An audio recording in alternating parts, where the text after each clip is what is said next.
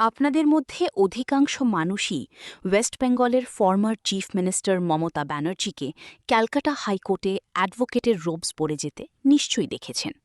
আর তারই একটাই অ্যাপিয়ারেন্স শুধু অ্যাডভোকেট ফ্র্যাটার্নিটি এবং সাধারণ মানুষের মধ্যেই নয়, বরং স্বয়ং বার কাউন্সিল অফ ইন্ডিয়ার ভিতরেও বহু প্রশ্ন তুলে দিয়েছে। সোশ্যাল মিডিয়া এবং লিগ্যাল সার্কেলসে সঙ্গে সঙ্গেই প্রশ্ন উঠতে শুরু করে, মমতা বন্দ্যোপাধ্যায় কি সত্যিই ল প্র্যাকটিস করতে পারেন? তিনি কি অফিসিয়ালি একজন এনরোল্ড অ্যাডভোকেট? তার কোর্টে অ্যাপিয়ারেন্স কি লিগালি ভ্যালিড ছিল? কিন্তু এলিজিবিলিটি নিয়ে আলোচনা করার আগে আসুন প্রথমে কিছু গুরুত্বপূর্ণ ফ্যাক্টস বুঝে নেওয়া যাক। সবচেয়ে প্রথম ফ্যাক্ট, হ্যাঁ, মমতা ব্যানার্জির কাছে ল ডিগ্রি রয়েছে। পাবলিকলি অ্যাভেলেবল রেকর্ডস এবং বায়োগ্রাফিক্যাল ডিটেলস এটি কনফার্ম করে যে তিনি ল পড়াশোনা করেছেন এবং দীর্ঘদিন ধরে নিজেকে লিগ্যালি কোয়ালিফাইড বলে দাবি করে এসেছেন।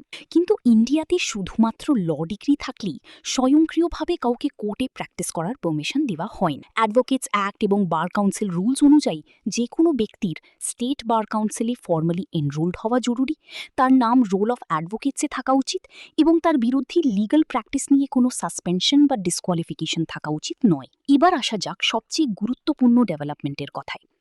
যখন মমতা ব্যানার্জি ক্যালকাটা হাইকোর্টে লয়ার্স অ্যাটায়ার পরে রিপোর্টেডলি পোস্ট পোল ভায়োলেন্স ম্যাটারে সাবমিশনস করেন, তখন বার কাউন্সিল অফ ইন্ডিয়া এই পুরো বিষয়টির অফিসিয়াল নোটিস নেয়। কিন্তু অনলাইন ভাইরাল ক্লেমসের বিপরীতে বার কাউন্সিল অফ ইন্ডিয়া তার অ্যাপিয়ারেন্সকে ইলিগাল ঘোষণা করেন। এর পরিবর্তে BCI bar council of West বেঙ্গলের কাছে ক্ল্যারিফিকেশন চেয়েছে।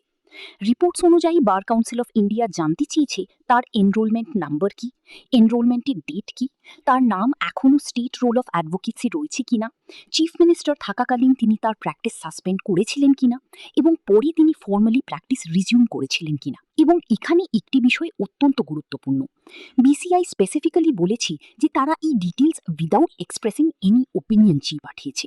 অর্থাৎ কোনো ফাইনাল ফাইন্ডিং নয়, কোনো মিসকন্ডাক্ট ডেক্লারেশন নয়, কোনো পাবলিক সাসপেনশন নয় এবং এমন কোনো অফিসিয়াল স্টেটমেন্ট নয় যেখানে বলা হয়েছে যে মমতা ব্যানার্জি ল প্র্যাকটিস করতে পারবেন না। এরপর সম্পূর্ণ attention bar council of West বেঙ্গলের দিকে শিফট হয়ে যায়, যেখান থেকে তার এনরোলমেন্ট এবং অ্যাডভোকেট স্টেটাস নিয়ে ভেরিফিকেশন এবং রেসপন্সের প্রত্যাশা করা হচ্ছিল। বর্তমানে পাবলিকলি অ্যাভেলেবল কোনো কোর্ট অর্ডার বা বার কাউন্সিল ডিসিশনে এটা বলা হয়নি যে তার লাইসেন্স ক্যান্সেল, সাসপেন্ড বা রিভোক করা হয়েছে। তাই লিগালি স্পিকিং এই বিষয়টি এখনও এক্সামিনেশনের অধীনে রয়েছে এবং এ বিষয়ে এখনও পর্যন্ত কোনো কনক্লুসিভলি ফাইনাল ডিসিশন আসেনি।